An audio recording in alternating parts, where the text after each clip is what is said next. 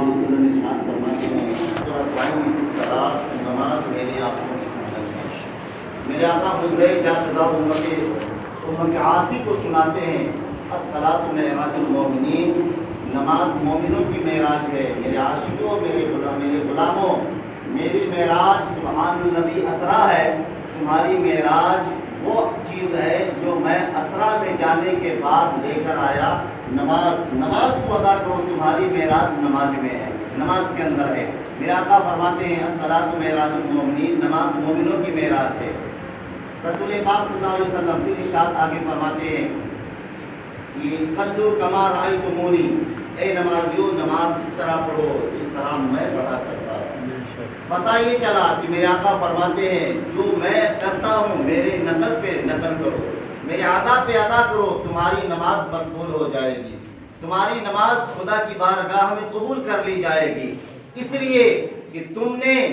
غیر کے جو ہے عمل کو نہیں اپنایا ہے بلکہ اس کے عمل کو اپنایا ہے جو حبیبوں کا حبیب ہے، جو محبوب خدا ہے۔ اور اسی محبوب خدا صلی اللہ علیہ وآلہ وسلم کا فرمان عالی شان ہے۔ میرے آقا فرماتے ہیں جو انسان جوانی کے عالم میں، بچپنے سے لے کر جوانی کے عالم میں جب سے اس کے اوپر نماز فرض کی گئی، 10 سال کا بچہ ہوا نماز فرض ہو گئی ہے، 7 سال کا بچہ ہو ماں باپ کے اوپر حق ہے اسے نماز کی تلقین کریں، نماز کا طریقہ بتائیں، نماز کی طرف اسے رجوع کریں۔ 10 سال کا ہوتے ہوتے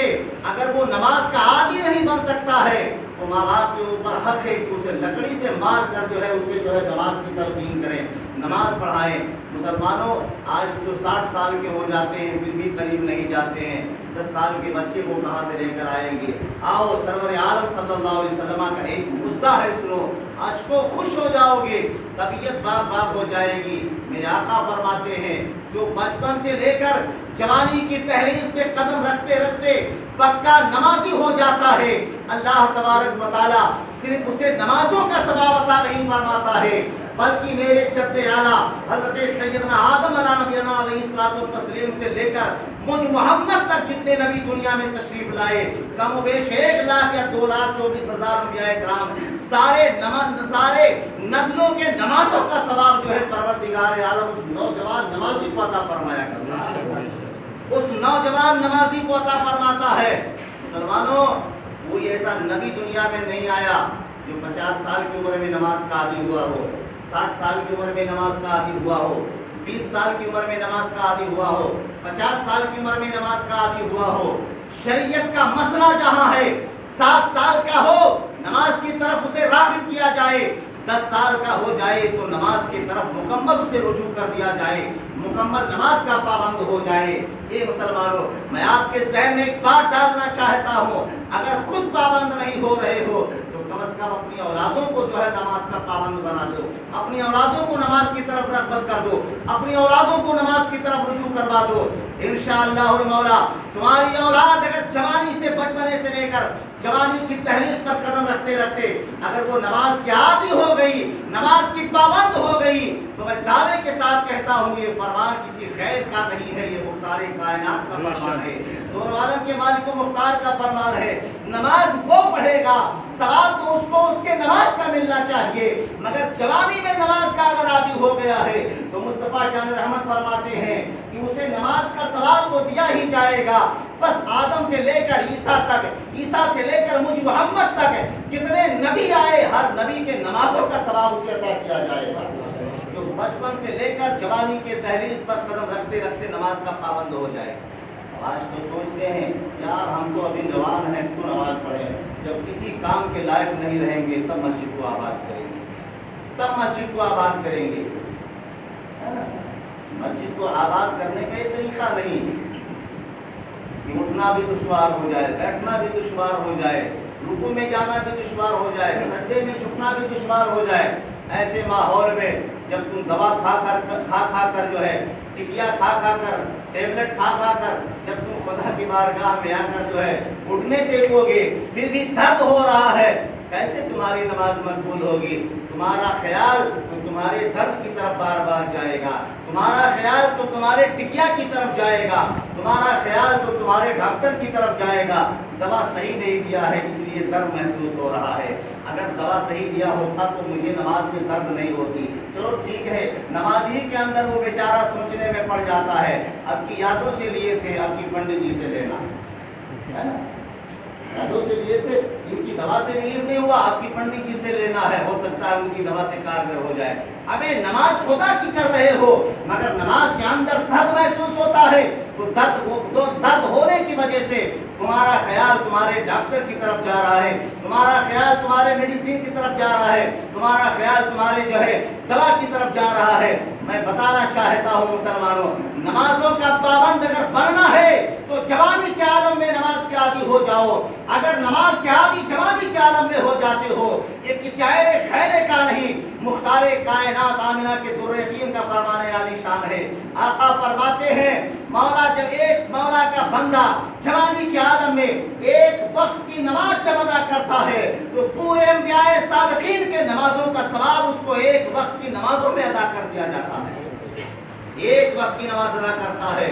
سارے انبیاء کرام کی نمازوں کا ثواب عطا کیا جاتا ہے، صدقہ عطا کیا جاتا ہے۔ اس لیے کوئی نبی ایسا نہیں آیا دنیا کے اندر جو جوانی میں پہنچا ہو تو نماز کا پابند ہوا ہو، بڑھاپے کے دہلیز پہ قدم رکھا ہو تب نماز کا پابند ہوا ہو۔ میں کہنا چاہتا ہوں مسلمانوں، میرے آقا فرماتے ہیں میری نقل میں نقل کرو، تم کامیاب ہو جاؤ گے، تم کامیاب ہو جاؤ گے۔ آج معاملہ یہی ہے، ہم جو نماز ادا کرتے ہیں عبادت خدا کی ہے، مگر اس نماز میں رضا اگر کسی کی پائی جا رہی ہے تو مصطفیٰ جان رحمت کی پائی جا رہی ہے، ادا کسی کی پائی جا رہی ہے تو رسول گرامی وقار کی ادا پائی جا رہی ہے۔ یہ ادا جو ہم کر رہے ہیں، سجدے میں جانا مصطفیٰ کا ادا ہے، رکوع میں جھکنا مصطفیٰ کا ادا ہے، سجدے میں کیا پڑھنا یہ میرے آقا کی ادا ہے۔ جس طریقے سے ہم نیت باندھ کے خدا کی بارگاہ میں خشوع و خضوع کے ساتھ کھڑے ہو جاتے ہیں، بالکل پابند ہو کر کھڑے ہوتے ہیں، مہذب انداز میں کھڑے ہوتے ہیں، خاکساری انکساری کے ساتھ کھڑے ہوتے ہیں،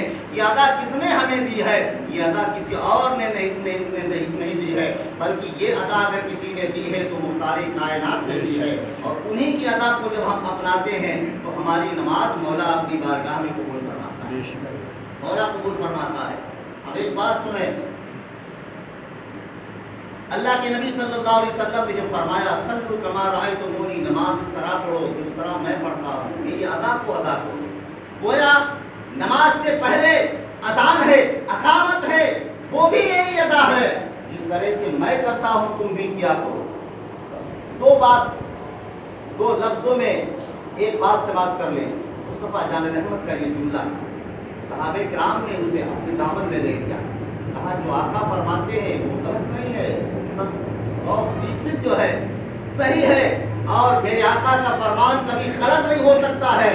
نبی جو فرماتے ہیں وہ رضائے مولا سے فرمایا کرتے ہیں، جب مولا کی رضا ہوتی ہے مصطفیٰ جان رحمت فرمایا کرتے ہیں۔ یہ صحابہ کا ایک مشن بنا ہوا تھا، ایک طرز عمل تھا، ایک انداز تھا۔ صحابہ کرام نے چند صحابی ہیں، میرے آقا کریم صلی اللہ علیہ وسلم غالباً جنگ یرموک سے گزر رہے تھے، ایک پہاڑی کے دامن سے گزرے،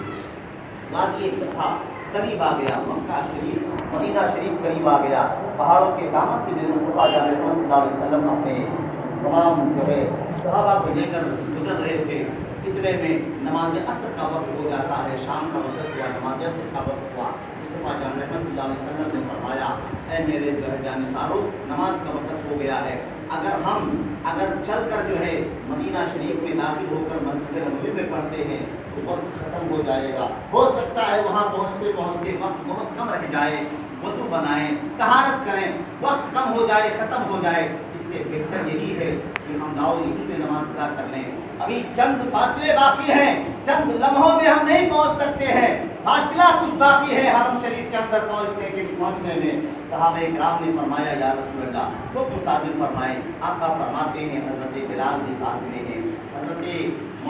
معاذ بھی ساتھ میں ہیں، حضرت غالباً معاذ سے فرمایا آپ نے حکم دو، چاہے تم اذان پڑھو یا بلال کو حکم دو۔ اب پتہ یہ چلا کہ دونوں صحابہ میں سے تاریخ بتاتی ہے کہ کس نے پڑھی، شاید ابو معاذ نے پڑھی یا حضرت بلال نے پڑھی، بلکہ جس نے بھی پڑھی نبی کا صحابی ہے۔ اذان پڑھی، جب اذان کی آواز بلند ہوتی ہے پہاڑ کے دامن میں تو